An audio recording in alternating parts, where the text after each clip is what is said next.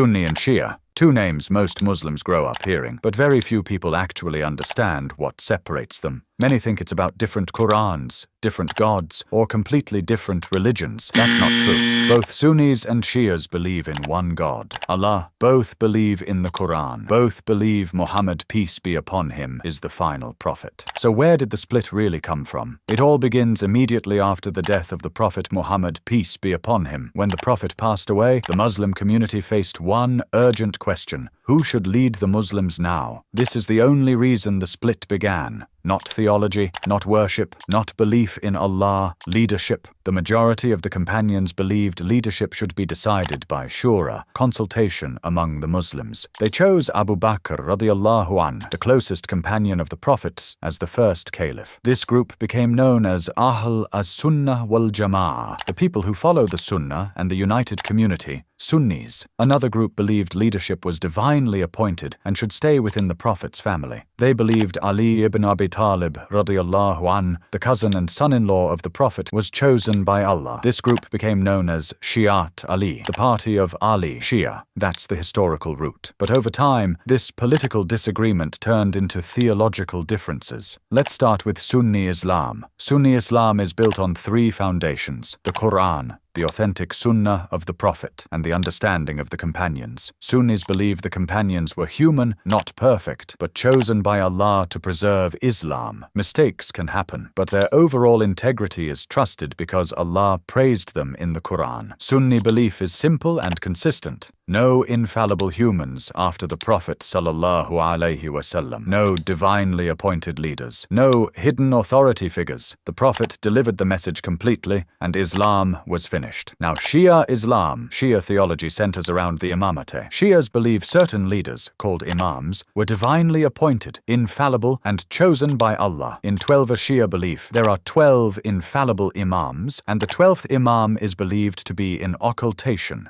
hidden and still alive. This is where major differences begin. In Sunni Islam, only prophets are infallible. In Shia Islam, imams are given infallibility similar to prophets, despite not being prophets. Sunni Islam says, revelation ended with Muhammad, peace be upon him. Guidance continues through the Qur'an and Sunnah. Shia Islam says, divine guidance continues through imams with special knowledge. Another major difference is Hadith preservation. Sunnis preserved Hadith through massive chains of narration involving thousands of companions, cross-checked and critically analyzed. This produced collections like Sahih al-Bukhari and Sahih Muslim. Shia Hadith collections rely primarily on narrations through the imams and reject many companions as unreliable. This creates a much smaller and narrower transmission base. Logically, Sunni preservation is stronger, broader chains, stricter authentication, and less dependence on a single lineage. Now let's talk about religious practice. Sunnis follow the Prophet as he was seen and remembered by thousands of companions. Prayer, fasting, zakat, hajj, all preserved publicly and consistently. Shia practices include additional rituals not found in the Sunnah, such as ritual mourning ceremonies and practices that developed centuries later. Sunni Islam asks a simple question. If this practice was essential, why didn't the Prophet ﷺ or the companions do it? One of the most important differences is how each side views Islam itself. Sunni Islam teaches Islam is complete, preserved, and finished. No secret knowledge, no hidden authority, no unfinished guidance. Shia Islam depends on a missing imam to complete justice and guidance, which raises a serious logical question. Why would Allah allow his final guidance to rely on a hidden figure for over 1,000 years? Sunni belief avoids this completely. Islam is here, clear, accessible, preserved. But when you compare systems, historically, logically, and textually, Sunni Islam aligns more closely with the Quran, the Sunnah, and the lived practice of the earliest Muslims. Islam was not meant to be complicated. It was not meant to rely on secret authority or lineage. It was meant to be universal, preserved, and open to every human being. That is why the majority of the Muslim world has always been Sunni, not by force, not by politics, but by continuity. The same Quran, the same prayer, the same message, unchanged. And that is why, when you strip away emotion, history, and politics, Sunni Islam stands as the most consistent continuation of what the Prophet Muhammad actually taught.